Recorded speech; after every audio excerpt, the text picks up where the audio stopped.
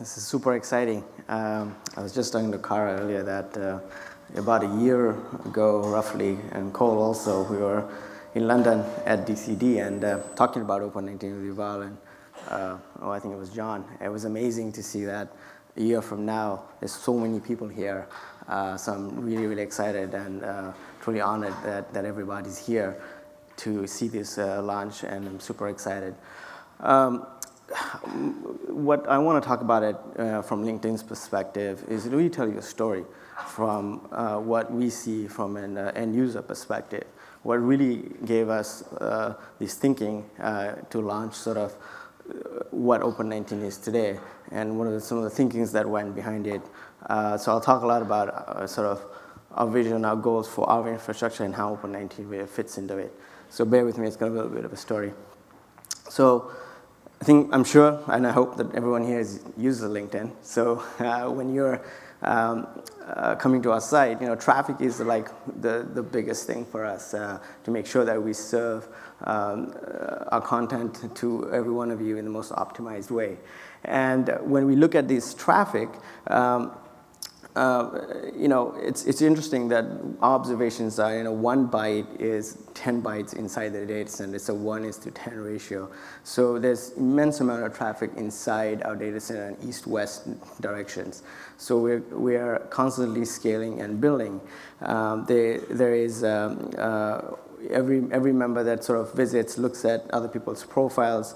All of those things get into our application call graph. We send tons of metrics to make sure that that call response is in the most timely fashion possible. So we move about 800 billion or so metrics per day, and like 13 million per second or something like that. It's a huge amount. There's lots of info on our blog about this.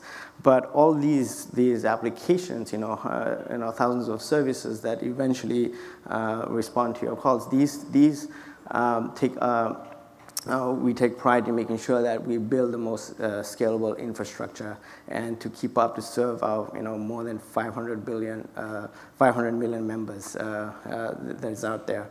So part of our journey is, as we were building and scaling, I've been at LinkedIn about 6.5 years, and there's an evolution, as most people in the data center industry know, that you go through of how do you scale to meet your demand and growth. So when we were building years ago, we were building data centers, in sort of more like a fashion of like, hey, we need to build another one, or we need to build, these suites or the next location, and they were great, and our developers were also trying to like develop things really fast.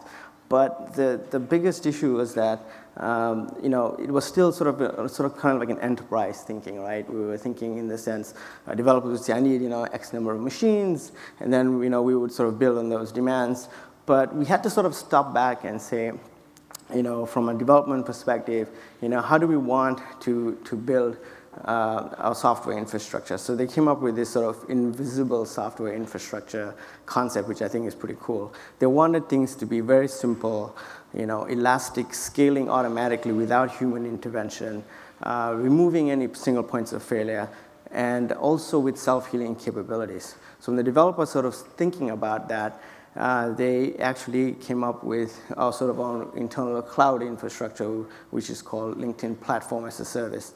And what's really great about this approach that the developers took is that any developer can just work on a particular blueprint and put that into the LPS system and say, I want my service to have a particular type of allocation, and then we have this system called Rain that automatically allocates these resources to a number of machines, and then you can sort of scale up and down with it. And we have this interface called Nuage, which developers can use to measure it. So completely abstracting the concept of where my server is, where my sort of storage node is, and all of these things, completely abstracting the developer so they can spend more time on developing and not have to worry about machine resources.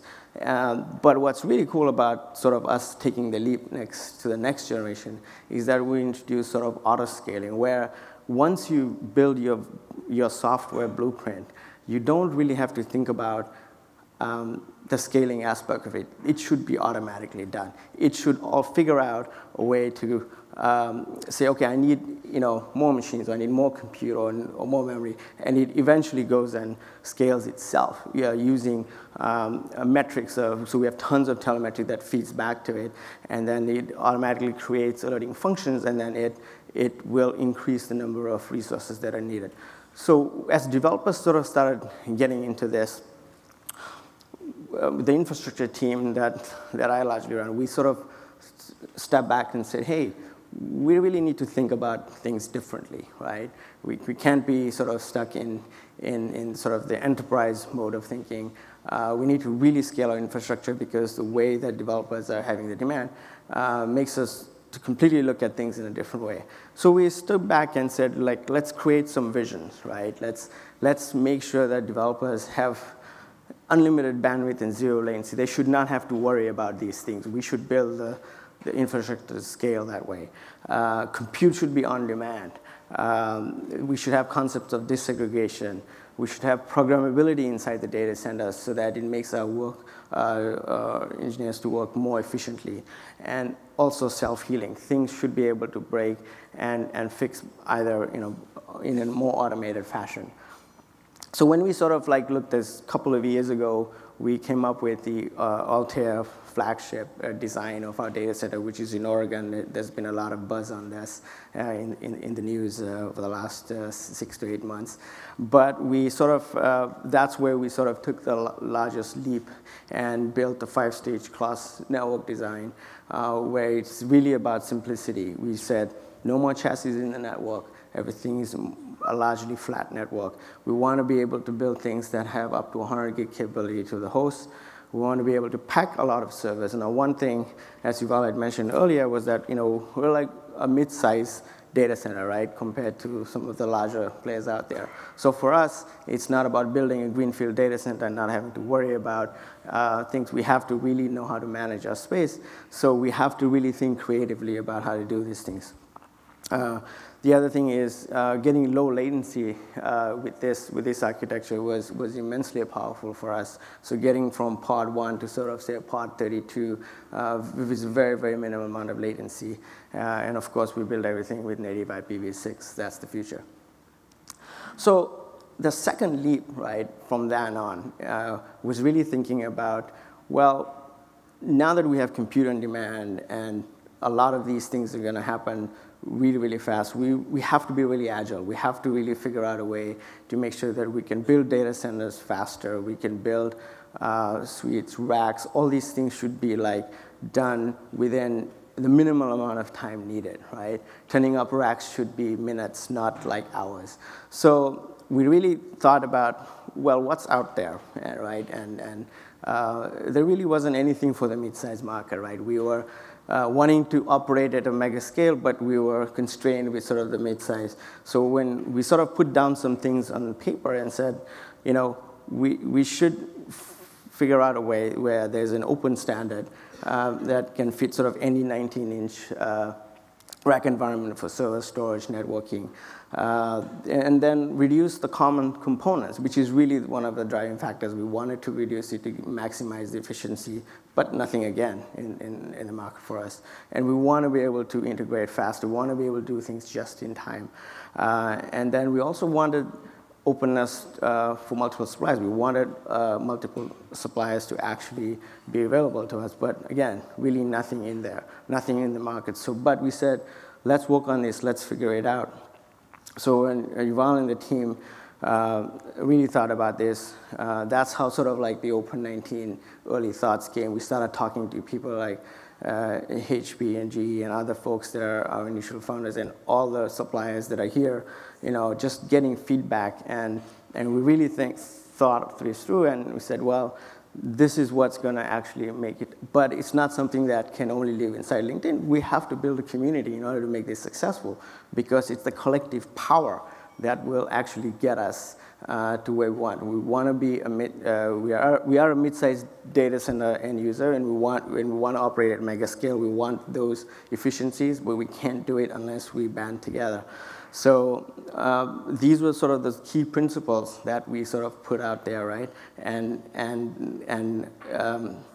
one of the major things was that, you know, modular design, efficiency to install, and be able to contribute to the industry specification, to be able to drive some of the innovations that we at LinkedIn want to do, and be able to contribute to it, but also creating a community that collectively solves this. And that community is here today, which is like super awesome. So thank you everyone for participating and actually joining me. We are super excited to do this. And then I want to also talk about LinkedIn itself, like what are we going to do about this, right?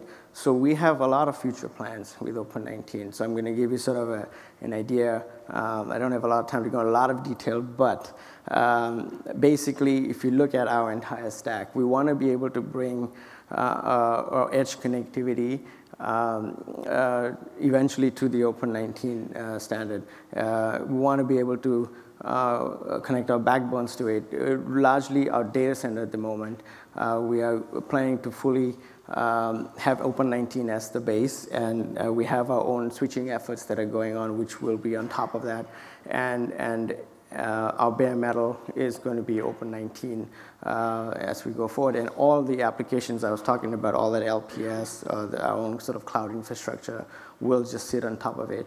Our goal is to be able to build things fast and more efficient, and we really believe that Open19 is the way we are going to do it. So stay tuned. There's going to be some really exciting stuff, and I'm really super excited that there's a community around this. So thank you, everyone.